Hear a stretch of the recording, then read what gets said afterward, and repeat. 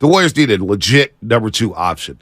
A legit number 2 100%. option. And I thought in order to go on a playoff run, they needed Wiggins to be that guy. But he suffered the injury. I just don't know if he's that dude, like, in terms of offensive threats, who's going to continue to come at you that way. I love him as a 3. I don't think that's in his DNA. I love him as a 3. Me too. And at this stage of his career, I don't mind Klay Thompson as a 4. But here's where I struggle with the Wiggins thing, Bonte, because if you want to get something back that's a real true difference maker, it does feel like Wiggins is one of those guys that other teams would want to covet.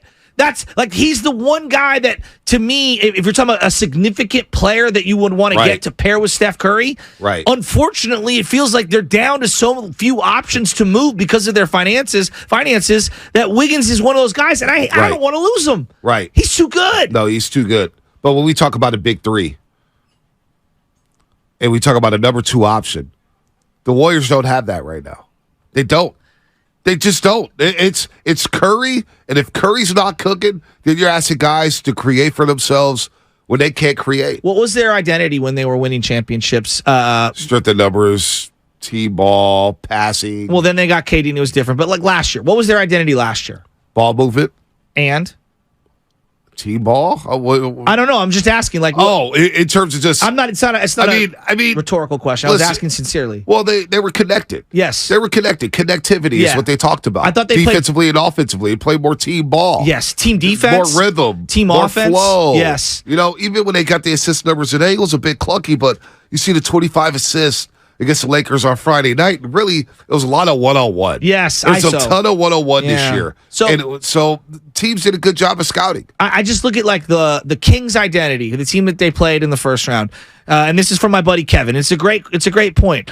The Kings' identity: we're going to be super fast. Everything flows through De'Aaron Fox and Sabonis, and we're going to hit threes around those guys. But we're going to play as fast as we possibly can. With pace, right? The Lakers, complete opposite.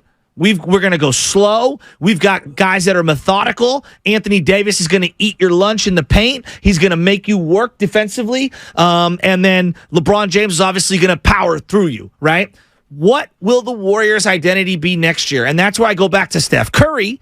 Like, what do they want it to be? What does Steph want the identity to be? Right. That's a great question. Who does Steph want to play with? It's a great question. I don't know.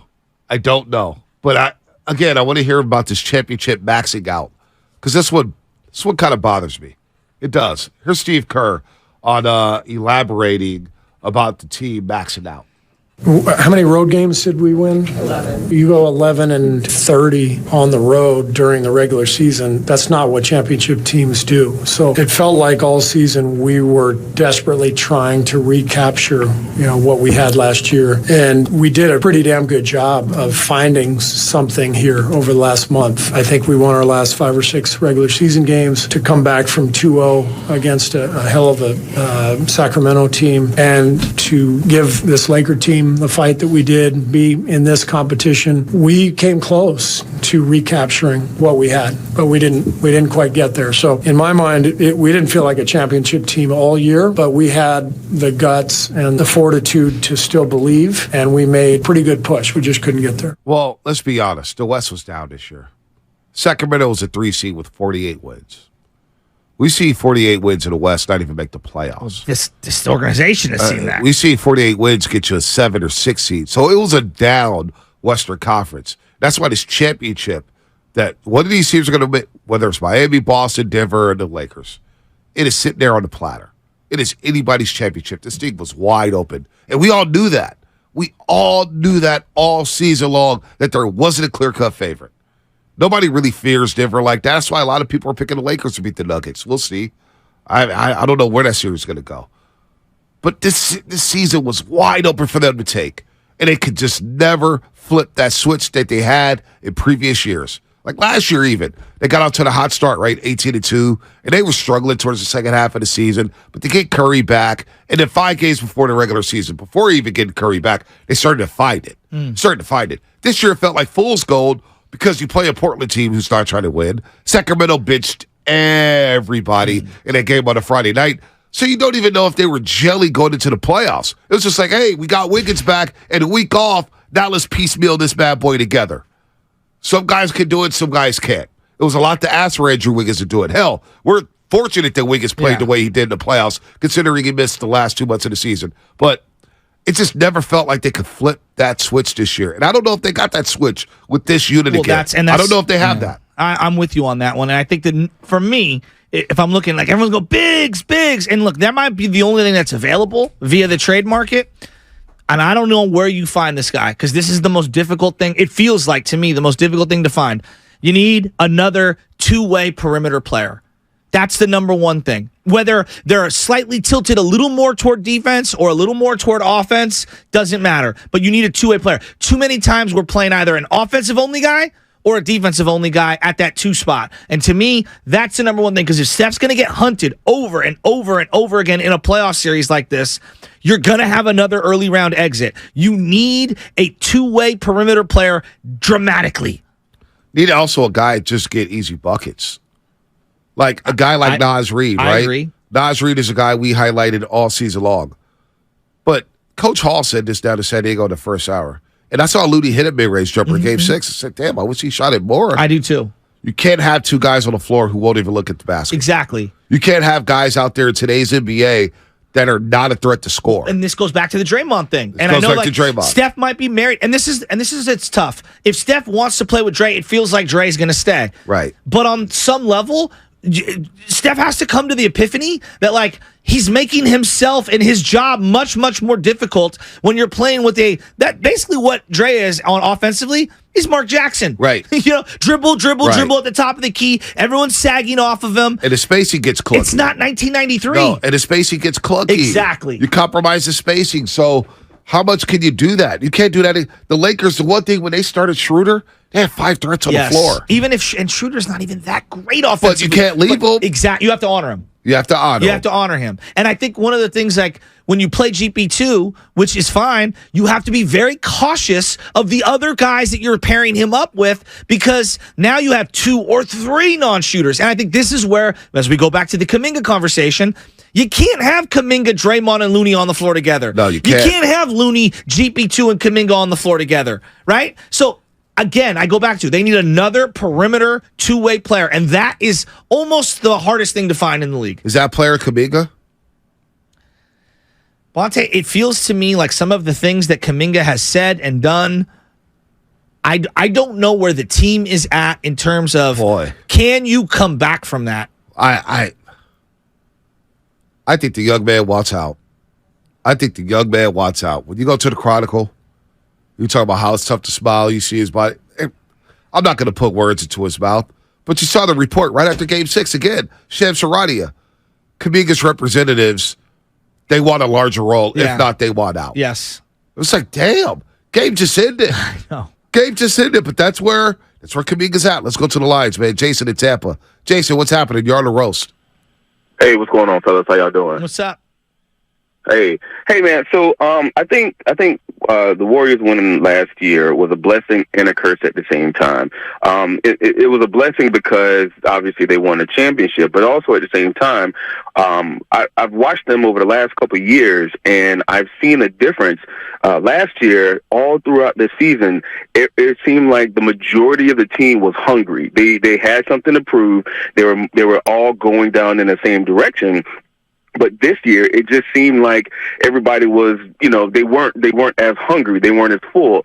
They were full, and the ball was sloppy, moving around, this and that, and the third. You had people taking, 30-foot shots, with 15 seconds left in the shot clock.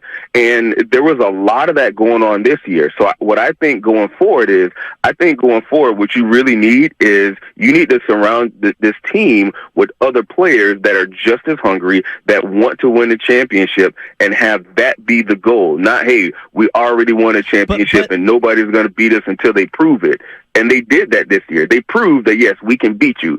So now get back on your horse, figure this out, and then find that hunger and move forward. It's a great point, but the problem that I'm coming back to, Bonte, do they have the hubris? Does Clay and Draymond have the hubris to take different roles? I'm not saying lesser roles. I'm saying a different role. I think, and I don't want to use the ego word for a reason. Clay would. You think he would? I think Clay would. considering his background, considering how his father played. You got to remember, Michael Thompson was the number 1 overall pick with the Portland Trail Blazers. He got to the Lakers. He had dealt with injuries, dealt with some disappointment. He took a bench role to win championships for the bench. Now, again, it's in a different organization on a different team, so it's a little different. Would Clay do that within this organization? I think he would have to. You need to have the conversation. He cannot be a number 2 option no more. It's not there. But I think that he views himself that way, and so it's going to take a lot for him.